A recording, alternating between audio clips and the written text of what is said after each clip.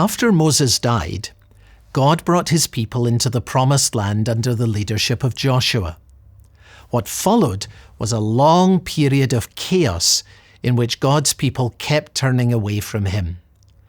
When they disobeyed God, he allowed their enemies to prevail over them. When they turned back to God, he raised up leaders called judges to deliver them. But when the judge died, God's people turned away from him, and the whole cycle started over again.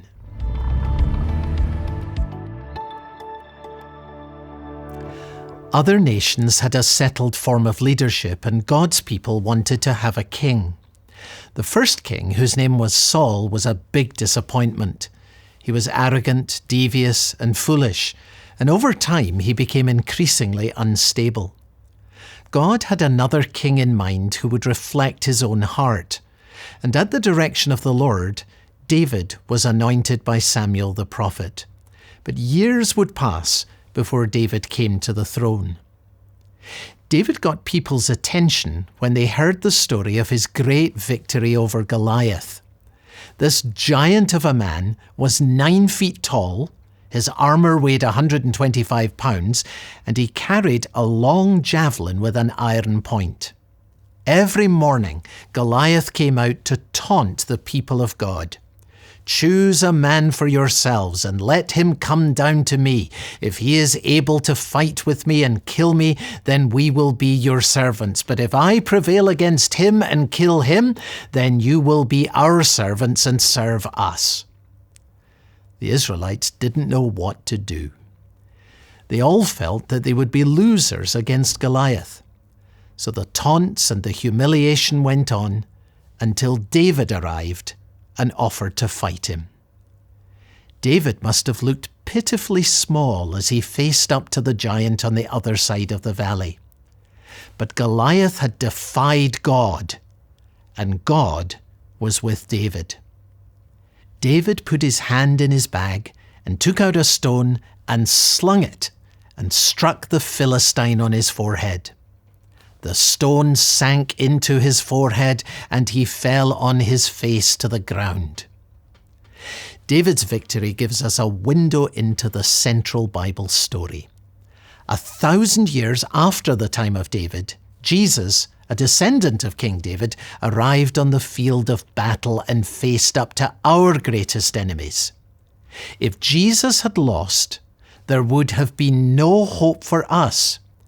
But Jesus triumphed over our greatest enemies, sin, death, and hell, and all of his people will share in his victory.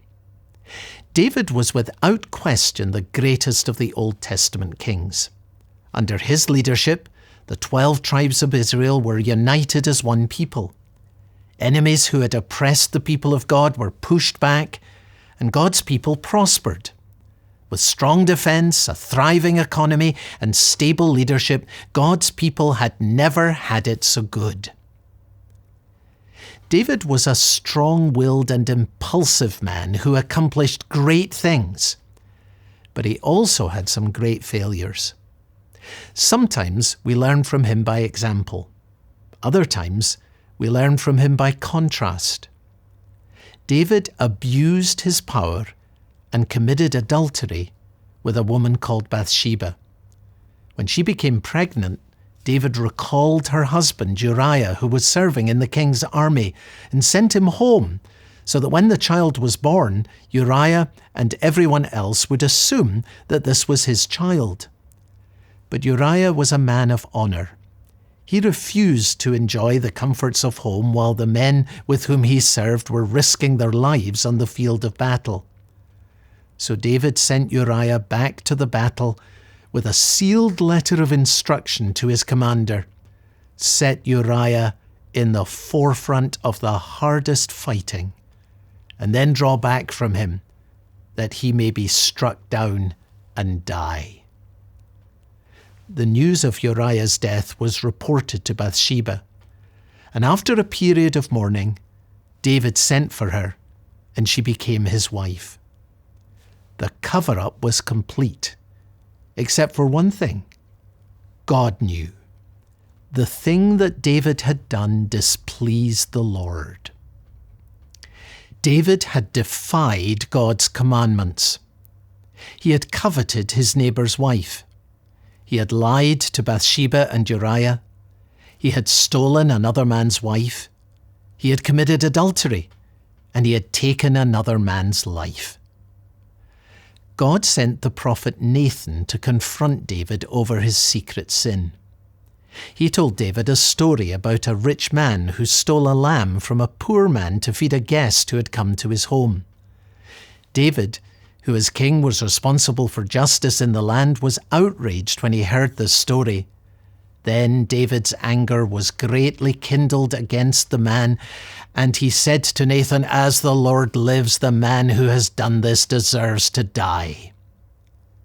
Then Nathan said to David, "You are the man." And David said, "I have sinned against the Lord."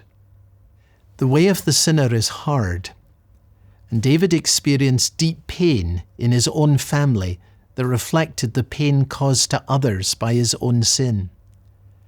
But David walked the way of a repentant sinner, and God walked this hard road with him. Any road, however hard, that is walked with God is better by far than the easiest road walked without him. Despite all his achievements, David's story points us to our need for a better king. The contrast between David and Jesus is striking. David gave up the life of Uriah to save himself, but Jesus gave up his own life to save others. David wanted to build a temple to honour God, but God had other plans, and he announced them in a stunning promise. "I will raise up your offspring after you, and I will establish his kingdom. He shall build a house for my name, and I will establish the throne of his kingdom forever. I will be to him a father, and he shall be to me a son." The Bible story is about how God's blessing will come to all people. God had already promised that his blessing would come through a descendant of Abraham. Now, 1,000 years later, God revealed that it would come through a king in the line of David. When we come to the New Testament, the very first verse says, "The book of the genealogy of Jesus Christ, the son of David, the son of Abraham." Jesus is the one in whom God's promises to Abraham and to David are fulfilled. He is the one in whom all the families of the earth will be blessed. He is the king who will reign forever. He was born into the line of David, but God is his father, and he is God's son.